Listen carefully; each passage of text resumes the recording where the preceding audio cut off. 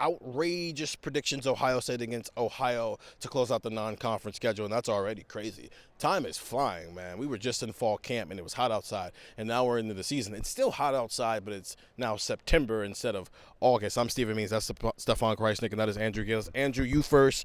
Outrageous prediction for your alma mater against Ohio State. Well, time is flying. We are going to be 25% of the way through Ohio State's regular season games after Saturday night. 3 out of 12.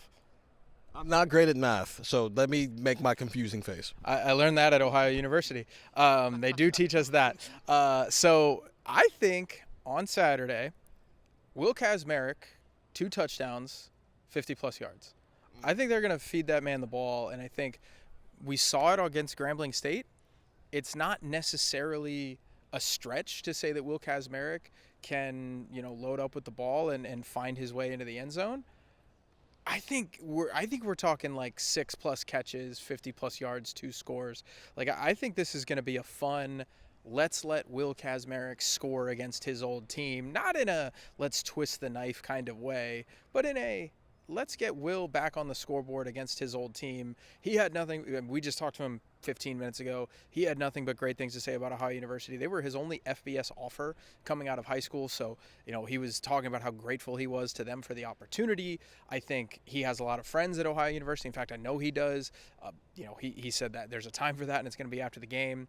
But I think they're going to want to get him into the end zone. And I think that is going to be very, very important because Ohio State, we'll see what the offense looks like with the running game, with the receiver core, like how that all plays out. Will Kazmarek, though, I think we're going to be in store for a big tight end day, and I think Will Kazmarek's going to have 2 of those touchdowns.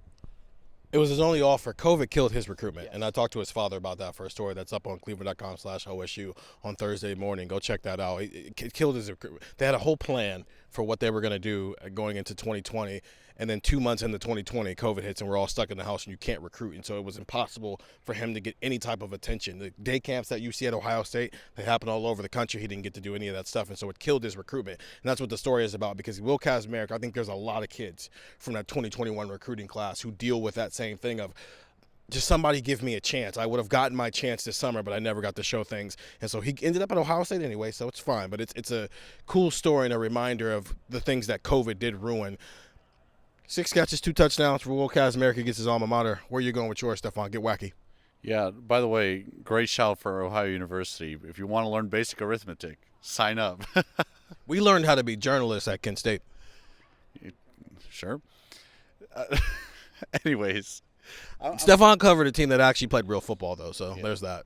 Banners fly forever, college football playoff appearances. I'm going with Arvell Reese. I think I've been very public about my support and belief in Arvell Reese being great. But I think Ohio State's going to use Arvell Reese a lot as kind of a spy role, I guess, if you want to call it that, with the mobility that Parker Navarro has. And I think it's going to come up with 4 tackles for loss for Arvell Reese. And some of them, because it gets funky sometimes in what they characterize as a sack versus a tackle for loss, depending on what they think the quarterback is doing. So that's why I'm going with 4 tackles for loss.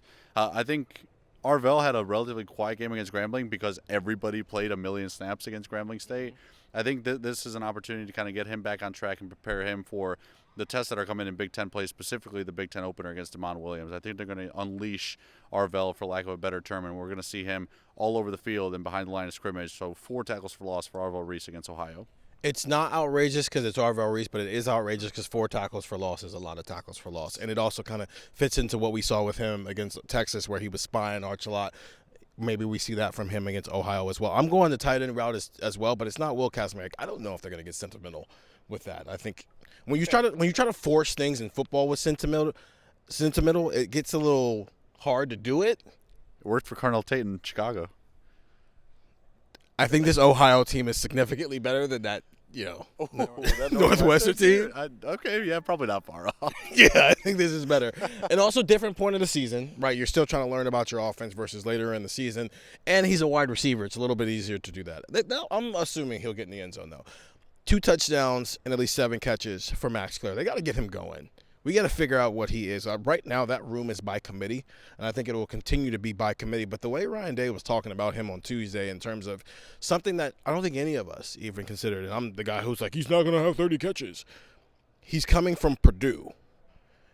Purdue is not Ohio State. There are NFL players everywhere here. So the speed, the physicality, the level of play, the weight room, everything about here is he's essentially a high school kid going through this again and trying to learn this, an early enroll high school kid and trying to adjust to all that. Plus his quarterback's pretty awesome. He can get the ball out quick.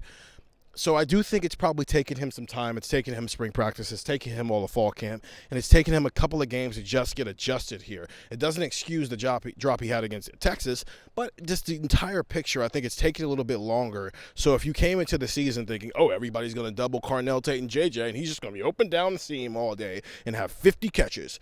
Not saying Andrew didn't say that, but there were people who maybe you said the idea. You didn't say 50 catches. No, I didn't say 50. Right, but like the idea of what Max Clare, it's not far off. It's the idea of what Max Clare was supposed to be in this offense. I don't think it disappeared. It just, can everybody be patient for a second? And I do think this is an opportunity before you get into Big Ten play to try to just get it some momentum.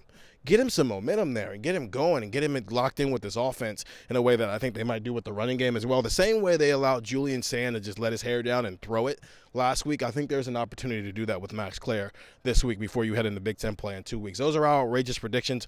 Maybe they're crazy, maybe they're not, but that's what makes them outrageous. That's Stefan, that's Andrew, I'm Steven. Get the text 614-350-3315. It's a 2-week free trial and $3.99 after that. Ohio versus Ohio State to close out the non-conference schedule. We'll be there. It's at 7 o'clock on Peacock. Unfortunately, you have to subscribe to something else because we've moved away from cable and created new cable. But it's the only time I think that you guys are going to have to get Peacock. So Steven, Stefan, Andrew, see you after the game.